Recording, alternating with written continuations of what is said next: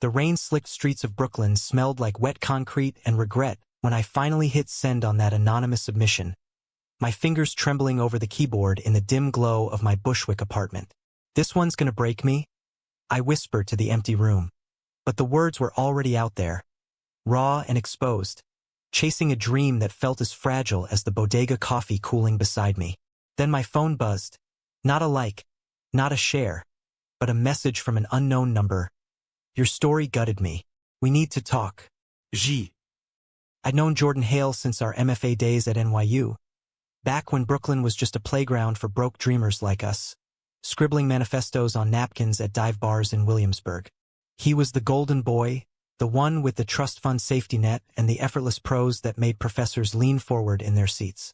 I was Alex Rivera, the kid from the Bronx scraping by on gig economy scraps, pouring my guts into stories no one read because I was too scared to sign my name. We weren't friends.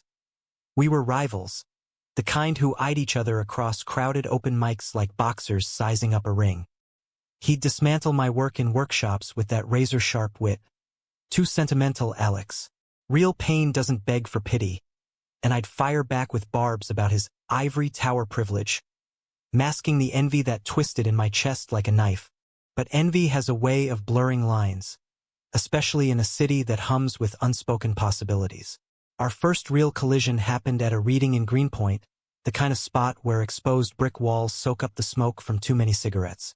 I was up there, voice cracking through a piece about a boy learning to love himself in the shadow of his father's homophobia, when Jordan stood up mid-set. "That's not vulnerability," he called out, his voice cutting through the murmurs like a subway screech. "That's performance. What's the cost to you, really?" The room froze. My face burned, not from anger, but from the truth in his eyes. He saw me, all of me, the parts one hid behind metaphors. I stormed off stage, heart hammering, and outside in the alley he followed.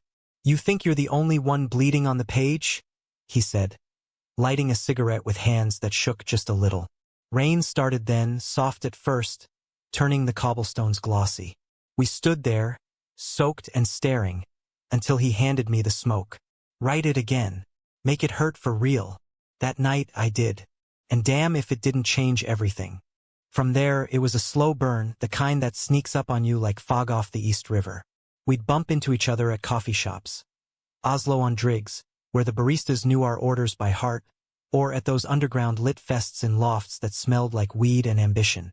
He'd critique my anonymous posts on that indie forum, The Bridge, where writers hid behind handles like ghosts. Mine was Bronx Echo, a nod to the fire escapes and family dinners that shaped me. Jordan's was Hailstorm, all thunder and no lightning, or so I told myself. But his feedback, brutal, brilliant. "Your dialogue's wooden. People don't talk like they're in a Hallmark card." Or, softer, "This line about the first kiss under the Williamsburg Bridge? It's electric. Lean into that." I'd hate how it lit something in me, a spark that warmed the cold corners of doubt. Late nights, I'd revise until dawn, fueled by cheap ramen and the what-if of his approval. One humid July evening, after a brutal workshop where some straight-laced adjunct tore into my queer coming-of-age draft, I found myself at his door in Cobble Hill. Not planned. Hell, I barely remembered the walk, just the need to unload. He opened up in a faded black Keys tee, hair tousled like he'd been wrestling his own demons. "Rivera? What the? Come in before you drown the neighbors." We ended up on his fire escape, passing a bottle of bourbon, the city lights twinkling like distant stars. I spilled it all. The adjunct's bullshit, the fear that my stories would never land because they were too gay, too urban, too real. He listened, really listened, his knee brushing mine in the tight space. "You're not too anything," he said finally, voice low against the hum of traffic. "You're you. And that's the weapon." When his hand lingered on my arm, steadying me as I teetered from the booze, I felt it, the shift. Not rivalry anymore, but something fragile, alive. We didn't kiss that night, but we could have. Brooklyn has a way of making almost feel like forevers. As summer bled into fall, those almost piled up like unread manuscripts. We'd collaborate on prompts at pop-up events, our ideas clashing then weaving into something sharper, truer. He pushed me to submit under my name, but I couldn't. Too many ghosts from a childhood where faggot was the neighborhood echo. My dad, a stoic MTA mechanic, never said the word, but his silence after I came out at 17 was louder than any slur. Mom tried, with her rosaries and recipes, but the fracture lingered. Jordan got it. His own coming-out story was a gilded cage. Supportive parents in Connecticut, but the pressure to be the perfect gay son left scars. "We hide because it's safer," he'd say over late-night texts. But what if the hiding's killing us? By October, the Bridge forum exploded with my anonymous series. Vignettes of queer life in the boroughs, laced with the grit of bodega cats and rooftop confessions. Readers devoured them, comments flooding in. This is Brooklyn's heartbeat. Jordan was my silent cheerleader, slipping into DMs with edits that polished my edges without dulling the ache. One night, after a particularly vulnerable piece about unrequited crushes in high school gyms, he showed up at my place with takeout from that halal cart on Knickerbocker. "Read it to me," he demanded, sprawling on my thrift store couch like he belonged there. I did, voice faltering on the lines about stolen glances. When I finished, the room hung heavy. "Alex," he murmured, using my first name for the first time. "That's not just good. That's you breaking free." His eyes held mine, and in that beat, the air crackled. He leaned in, breath warm, but I pulled back. Fear always the thief. "Not yet," I whispered. He nodded, hurt flickering, but stayed. We ate in silence, the what-ifs louder than words. Winter crept in with its bite, snow dusting the brownstones like powdered sugar on a bitter pill. My stories gained traction. Agents started sniffing around Bronx Echo, whispers of book deals floating like steam from manhole covers. Jordan landed a gig editing for a small press in Dumbo, Indie Inc., the kind that champion voices like ours. "You should query them," he'd urge during our walks along the promenade, hands buried in coat pockets to hide the urge to touch. I'd deflect with jokes about his fancy office, overlooking the Manhattan skyline. But inside, envy gnawed again. Not of his success, but of his courage, the way he owned his name, his truth. Then came the hook that nearly unraveled me. It was a Tuesday in late January, the kind of cold that seeps into your bones. I was nursing a hangover from a launch party in Bed-Stuy when my inbox lit up. An offer from Indie Inc. Not just interest, an advance, a contract, for the Bronx Echo collection. My hands shook as I printed the pages. Real ink on real paper. My words no longer shadows. I called Jordan first, voice breaking. "Holy shit, man. It's happening." He whooped over the line, promising champagne. But when I got to his place that night, bottle in hand, the vibe was off. His eyes darted, laptop screen glowing with something familiar. "What's that?" I asked, popping the cork. He hesitated, then turned it, my story, but edited, polished, signed with his name as author. The room tilted. "Jordan? What the fuck?" The words tumbled out, champagne forgotten. He stood, face ashen. "It's not what, Alex, hear me out. They wanted a debut. Yours was perfect, but I was too raw, too queer kid scarred to hear the excuse. You stole it? My voice, my pain. For your debut." He reached for me, but I recoiled, storming into the night, snow whipping my face like accusations. Betrayal burned hotter than the cold, turning our fragile bridge to ash. Days blurred into a gray haze after that night, Brooklyn's pulse mocking my shattered rhythm. I ghosted everyone. Mom's worried voicemails from the Bronx piled up unanswered. My barista buddies at Oslo shot me concerned looks over free refills. Writing? Impossible. Every keystroke echoed with his theft, that sleek manuscript mocking me from his laptop screen. "Echoes of the Boroughs," he'd titled it. A nod to my handle that twisted like a knife. I wandered the streets instead, from the graffiti-strewn alleys of Bushwick to the frozen paths of Prospect Park, chasing ghosts in the steam of my breath. How had I missed it? The late-night edits that felt too possessive, the way he'd probe my drafts like they were his to mine. Rivalry reborn as robbery. A week in, desperation clawed me back to the bridge. Logging in as Bronx Echo felt like slipping into a skin that no longer fit. Tight, itchy with doubt. The forum buzzed with hype for the upcoming debut. Fans speculating on Hailstorm's big reveal. Comments gutted me. This guy's got that raw NYC soul. Raw. Mine. I hammered out a rant. Anonymous fury spilling. What happens when the thief wears your mask? Brooklyn eats its young. Posted and deleted in the same breath. Cowardice winning again. But not before Jordan saw it. His DM pinged seconds later. Alex, please. Coffee. Let me explain. I almost blocked him. Almost. But the pull was there. Magnetic as the river's tide. We met at that hole in the wall on Metropolitan. The one with the mismatched mugs and walls papered in faded zines. He looked wrecked. Dark circles under those sharp blue eyes. Stubble shadowing his jaw like regret. I didn't steal it, he started, voice rough. I submitted your pages. As a favor. Thought it'd get you noticed. Lies, my brain screamed. But his hands, fidgeting with a sugar packet, told another story. He slid over a folder, edges worn. Inside, emails from Indie Inc., timestamps predating our fallout. They'd rejected my query twice. Too fragmented, need structure. But loved his pitch. I wove your pieces with mine, he admitted, eyes pleading. To make it whole. Signed as co-author, but they pushed for solo. I said no. Fought it. The contract draft bore both names, crossed out in red pen. His red pen. Doubt cracked open, letting in slivers of light. Why not tell me? I whispered, throat tight. He leaned forward.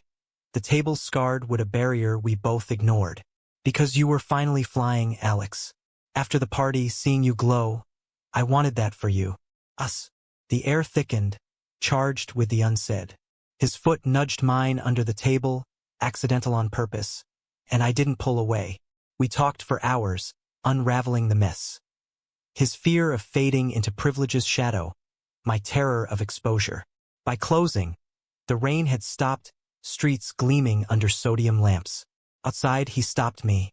I changed when you started writing back at me, not as a rival, as a man. His hand cupped my cheek, thumb tracing my jaw, and this time, I leaned in. The kiss was tentative, tasting of coffee and salt, Brooklyn's heartbeat sinking ours. From there, it was a tentative rebuild, like piecing a mosaic from shattered subway tile. We'd meet in neutral territory, rooftop bars in Greenpoint, where the skyline stretched like a promise. I'd read drafts aloud, his head on my shoulder, feedback now laced with affection. That metaphor? Killer. Like you. Nights blurred into mornings, tangled sheets and whispered confessions. His body fitting mine like a story's perfect arc. He was all lean muscle and quiet intensity, hands that knew how to hold without clutching. We'd traced tattoos. His a compass rose on his ribcage, mine a faded bridge over my heart. Mapping vulnerabilities under the covers. You're my north, he'd murmur against my skin, and I'd believe it, the betrayal scar fading to a faint line. But scars itch, especially under pressure. Indie Inc. circled back, dangling a bigger deal if Jordan went solo. It's business. His agent texted him during one of our lazy Sundays, sunlight slanting through my blinds. He showed me the thread, face stormy. I'm telling them no. It's ours. Pride swelled, but so did the old fear. What if he chose the shine over the shadow? We fought about it that night, words flying like sparks from a third rail. You think I'm still that guy? He yelled, pacing my cramped living room. The one who takes? I lashed back. Prove it, then. Sign my name first. Silence fell, heavy as a blackout. He grabbed his coat, door slamming like a period at the end of us. The next days were agony, a relapse into isolation. I pounded out a new story, furious and fierce. A tale of two writers circling trust like wary cats. Posted it anonymously, watched the likes climb. Jordan didn't DM. No sightings at our spots. Brooklyn felt vast, empty. Mom called then, her voice a lifeline from the Bronx. Mijo, you sound lost. Come home for Eras con pollo. I went, the train rattling like my thoughts. Dad grunted hellos over the Sunday spread. But his eyes softened when I mentioned writing. Proud of you, son, he mumbled, first time ever. Cracked something open, forgiveness, maybe, for all of us. Back in the city, resolve hardened. I queried Indie Ink myself, full manuscript attached. Our stories intertwined, dual bylines. Rejection came swift, compelling, but market favors single voices. Fuck that. I self-pubbed a teaser on The Bridge, titled Rivals Reckoning. The forum ignited, debates on collaboration, queerness in lit, authenticity. Jordan resurfaced in the comments, under his real name. This is collaboration at its rawest. Credit where it's due. Alex Rivera. My phone buzzed, his text. Read it. Blew me away. Dinner. We met at his place, the Cobble Hill brownstone aglow with candles he'd lit like peace flags. No words at first. Just him pulling me close, kiss deepening into apology. I almost lost you, he breathed. Never again. Over pasta from the corner Italian, we plotted. A joint submission, our truths fused. Vulnerability hung between us, not as weight, but wings. Spring unfurled, cherry blossoms dusting McCarran Park like confetti. Our book deal landed, not with Indie Ink, but a queer press in Chelsea that saw the fire in our union. Echoes and Storms, dual authors, launch in June. Readings became ours. Me on the Bronx grit, him on the polished ache, voices harmonizing. Fans approached, eyes wide. You too. It's like the stories came alive. They had. But climax waits for no bloom. Launch night, the loft in Dumbo packed shoulder to shoulder, air thick with perfume and prose. We read excerpts, the crowd rapped, until his ex, a sleek editor from his Prius days, cornered us post-set. Jordan, darling, still playing house with the amateur? Her laugh sliced, dripping Manhattan venom. He stiffened, but I felt the waver, the old pull of her world. Later, alone on the waterfront, he confessed. She offered me a solo gig. Big money. My stomach dropped. And he met my eyes steady. Told her to fuck off. You're my story now. Relief crashed, but so did the truth. Love's a gamble, betrayal's shadow ever lurking. We walked home hand in hidden hand, the bridge lights winking approval. Summer heat wave gripped the city like a fever dream, turning our tiny shared sublet in Bed-Stuy into a pressure cooker of passion and petty fights. We'd merged lives on a whim after the launch, his bookshelves swallowing my dog-eared paperbacks, our morning routines clashing like mismatched iams. I'd blast Bad Bunny while he cranked Fleetwood Mac, ending in laughter and lazy makeouts on the fire escape, feet dangling over the hum of life below. Brooklyn embraced us. Brunches at Picari with mimosas and manuscript notes, bike rides to Coney Island where we'd share cotton candy and stolen kisses amid the cyclone screams. This is it, he'd say, lacing fingers with mine on the boardwalk, salt wind tousling his hair. Us against the blank page. I'd nod, heart full, but the undercurrent tugged, success's siren call, whispering doubts. The book tour kicked off in July, a whirlwind of Amtrak sprints from Boston to Philly, our voices tag-teaming panels on queer narratives in urban lit. Audiences ate it up, the rivalry to romance arc mirroring our pages. In D.C., a shy college kid cornered me after, eyes shining. Your stories made me come out to my roommate. Thank you. I hugged him, throat tight, glancing at Jordan across the room. His proud smile my anchor. But anchors dragged too. In Chicago, over deep dish at Lou Malnati's, his phone buzzed incessantly. Agent stuff, he dismissed, but I glimpsed the name. Marcus Hale, his estranged brother, the family black sheep who'd bailed on their Connecticut legacy for Wall Street wolves. He wants reconciliation, Jordan admitted later. Hotel sheets twisted around us. Thinks the book's a brand opportunity. I tensed. Your brand or ours? The fight simmered low, unresolved. Back in Brooklyn by August, the heat broke with thunderstorms that mirrored my moods. Mom visited, her Bronx directness clashing delightfully with Jordan's charm. They bonded over empanadas and editing tips, Dad even Skyping in with gruff nods. Treat him right, cabron, he warned Jordan off-screen, earning a chuckle. Felt solid, human, love not just fireworks but family.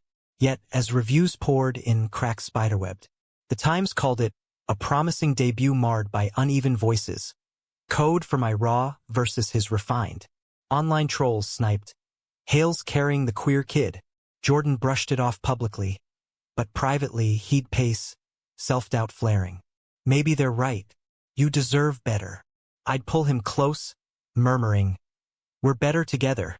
But words fray under weight. The betrayal brewed slow, insidious as humidity. Jordan started late nights at a new collaborator's loft in Williamsburg. Just brainstorming, babe. I'd nod, ignoring the gnaw in my gut, burying it in solo writes at the kitchen table. One night, scrolling the bridge for inspo, I froze. A teaser excerpt, hauntingly familiar. My unpublished draft, the one about a father's silent rejection, laced with Jordan's polish on the redemption arc posted under Hailstorm. Volume 2. Comments gushed. Deeper than the first. Heart pounding. I confronted him at dawn. Printout trembling in my fist. This is mine. Our private read. His face crumpled. I borrowed. For a pitch. Solo project. Thought it'd help us. Leverage for a sequel deal. Leverage. The word soured. You mean exploit. The row escalated. Vases shattering like trust. Me yelling about boundaries. Him defending with, it's for us. Door slammed. He left for a walk that stretched to days. Radio silence clawed at me, worse than the first fallout. I crashed at Mom's. The Bronx a bomb of familiar chaos. Street vendors hawking elotes, cousins ribbing my fancy writer life. But sleep evaded, dreams replaying his touch, his lies. A week in, his email arrived. Not defense, but raw confession. Attached. A full manuscript, my name solo on the cover. I was scared, he wrote. Success felt like it'd swallow you if I didn't grab it first. But losing you? That's the real theft. Tears blurred the screen. I drove back, subway too slow, pounding his buzzer like Judgment Day. He opened. Wrecked. Hollow cheeks, eyes red-rimmed. Alex. I silenced him with a kiss, fierce and forgiving, pulling him inside. No more solos, I gasped. Choruses only. We collapsed, bodies and barriers dissolving, reaffirming in whispers and warmth. Betrayal's sting lingered, but so did grace. Fall foliage painted the parks in fire, mirroring our phoenix rise. We therapied it out, queer-affirming sessions in Park Slope, unpacking privilege's pitfalls and my abandonment fears. Jordan pulled back from the solo pitch, funneling it into our joint work. Echoes and storms. Bridges took shape, deeper, truer. His structure cradling my soul. Readings now felt electric. Our glances across crowds a private volta.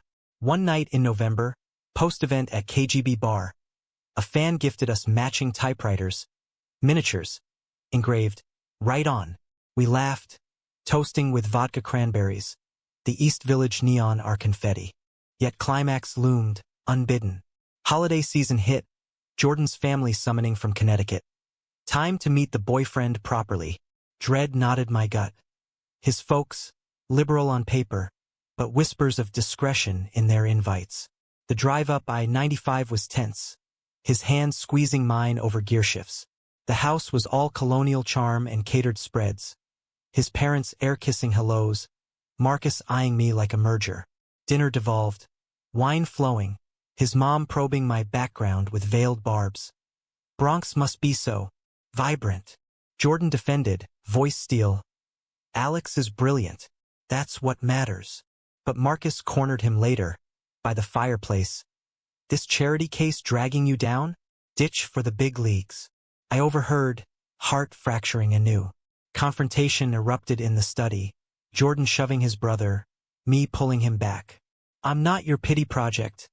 I spat at them both, storming out into the snow-dusted lawn. Jordan followed, coatless, breath fogging. They're wrong. You're my everything. We stood there, freezing until he dropped to one knee. Not proposal, but plea. A handwritten letter, vows of partnership beyond pages. Marry our story? Silly, perfect. I yanked him up, kissing away the cold, family lights blurring behind. Resolution settled soft as fresh powder. We fled back to Brooklyn pre-Christmas, holing up with hot toddies and revisions. Mom hosted New Year's, eras, fireworks over the Whitestone. Dad clapping Jordan's back. Welcome, Eho. The book hit bestseller lists for indie queer lit. Fans mailing letters of lives changed. Our sequel deal? Ironclad. Dual voices amplified. Years later, editing each other's graying drafts on that same fire escape, I'd tease. Still stealing my lines? He'd grin, pulling me close. Only the ones that make us immortal. Brooklyn, our witness, hummed on. Rival no more, but forever changed. Winter's grip loosened into a tentative spring, but the emotional tempests didn't. Our therapy sessions unearthed more than I bargained for. Jordan's compulsion to fix, stemming from a childhood of mediating his parents' polished facades. Me hoarding solitude like a Bronx kid guarding lunch money. Trust is the plot twist, our counselor quipped. A dyke with a Brooklyn accent thicker than mine. We laughed, but it stuck. Dates became deliberate. Sunset picnics in Fort Greene, where we'd read fan mail aloud, voices mingling like our prose. One letter from a trans kid in Ohio. Your book gave me words for my silence. Had us weeping into falafel wraps. Human moments grounding the glamour. Yet, success's shadow lengthened. A Hollywood scout sniffed around for adaptations, dangling scripts and cameos. Jordan lit up. Imagine our stories on screen. Queer Brooklyn, unfiltered. I hesitated. Scars from indie slights flaring. They'll whitewash it, straight wash us. Fights flared anew. His ambition clashing my caution. You're holding us back, he snapped one night. After a call with producers, the words landed like a slap. I slept on the couch, staring at peeling paint, wondering if love was just another draft. Editable, but never perfect. Betrayal's sequel arrived subtly. A leaked script draft, emailed anonymously to The Bridge. Jordan's name solo on the byline. My contributions consultant footnotes. Rage boiled. I confronted him at his old Cobble Hill spot. He'd stormed out post-fight, needing space. Door ajar, voices inside. His, laughing with the scout. Alex is too attached to the authenticity bit. We can trim that. My blood iced. Bursting in, I hurled the printout. Trim this. The scout slunk out, but Jordan's face was a mask of horror. It was brainstorming. I cut it. Lies again, or fear? We tore into each other, me accusing erasure, him pleading context. I can't lose you to this, he sobbed, but I was done. Then don't. I left, key tossed on the sill, hailing a car to Mom's. The Bronx exile stretched 2 weeks, a purgatory of takeout tamales and midnight rites. Drafts poured out, furious, fractured, a novella of love's double-edged blade. Posted serially as Bronx Echo, it trended, a gut punch on creative partnerships. Jordan commented under alias. This hurts because it's true. I'm sorry. Radio turned to reconciliation texts. Recipes for amends, pleas for coffee. I resisted, until Mom's wisdom. Mijo, love's not a solo act. Let him rewrite. Heart heavy, I agreed to meet at Oslo neutral ground. He arrived early, table laden with our favorites. Avocado toast, 2 blacks. Eyes earnest, he slid over a USB. Raw footage of him pitching the scout. Fighting for dual credits, my voice intact. I recorded it. Proof. Vulnerability raw, he admitted. Ambition's my monster. You tame it. Tears mixed with coffee. We're a team, I said, hand over his. No footnotes. The kiss was rebirth, tentative then torrent, baristas averting polite eyes. Climax crested that summer, at a lit fest in the Hamptons. Ironic, given our borough roots. Panel on collaborative authorship, us as stars. Midway, the scout. Uninvited, hijacked Q&A. Jordan, off record, that solo pitch was gold. Ditched the baggage. Gasps rippled. Jordan stood, mic in hand, voice thunder. Alex isn't baggage. He's the soul, the heart. Without him, it's just noise. He turned to me, eyes fierce. Marry me? For real this time. Pages, rings all. The crowd erupted, but I saw only him. Yes, I choked, pulling him into a kiss amid applause, salt and spotlights. Resolution bloomed humanistic, no tidy bows. We wed in Prospect Park, Small Mom's Abuelita's Veil. Jordan's compass tattoo inked with our date. The adaptation? Co-produced Our Vision Fierce. Years on, mentoring young queer writers in Brooklyn lofts, we'd share war stories. Rivalry's the spark, trust, the fire, betrayal scarred, but scars storytell. And in quiet nights, his head on my chest, Brooklyn's lullaby outside, I'd whisper, our best plot yet. The wedding's afterglow faded into the grind of Happily Complicated, as Jordan dubbed it. Our sublet upgraded to a Clinton Hill walk-up. Creaky floors, view of the prism-lit clock tower, where manuscripts multiplied like feral cats. I taught creative writing at a community center in Bushwick, kids from immigrant families spilling tales of hidden loves and hidden fears. Jordan freelanced edits, championing debuts like ours once were. Mornings, we jogged the BQE overpass, sweat and stories sinking steps. Remember the alley fight? He'd pant, grinning. Best plot device ever. I'd shove him playfully. Liar. The kiss was. But humanism demands friction. My dad's health dipped. Prostate scare, stoic as ever. And Jordan stepped up, driving him to appointments, enduring Yankees games in stony silence. Family's the real edit, he joked after, but his eyes held depth. Mom adored him, dubbing me Yerno Perfecto, baking flan for every milestone. Holidays blended. Thanksgiving turkey with pernil, his folks thawing over time, Marcus even toasting at our anniversary. To underdogs. Progress, incremental. A second betrayal nipped, minor, a co-author credit glitch on an anthology. I snapped, old wounds reopening. Patterns? We therapied through, emerging tighter. Climax revisited in subtle waves. A young writer we mentored, echoing our early rivalry, forcing us to relive and release. We broke the cycle, Jordan said, watching her read her first piece. Ending open, human. No grand tragedy, but no fairy dust. Love's a draft, revised daily. On our 5th anniversary, rooftop under stars, he read a new vignette. Us, aged, still scribbling. The rival who edited my heart. I cried, laughing. Brooklyn, eternal witness, approved.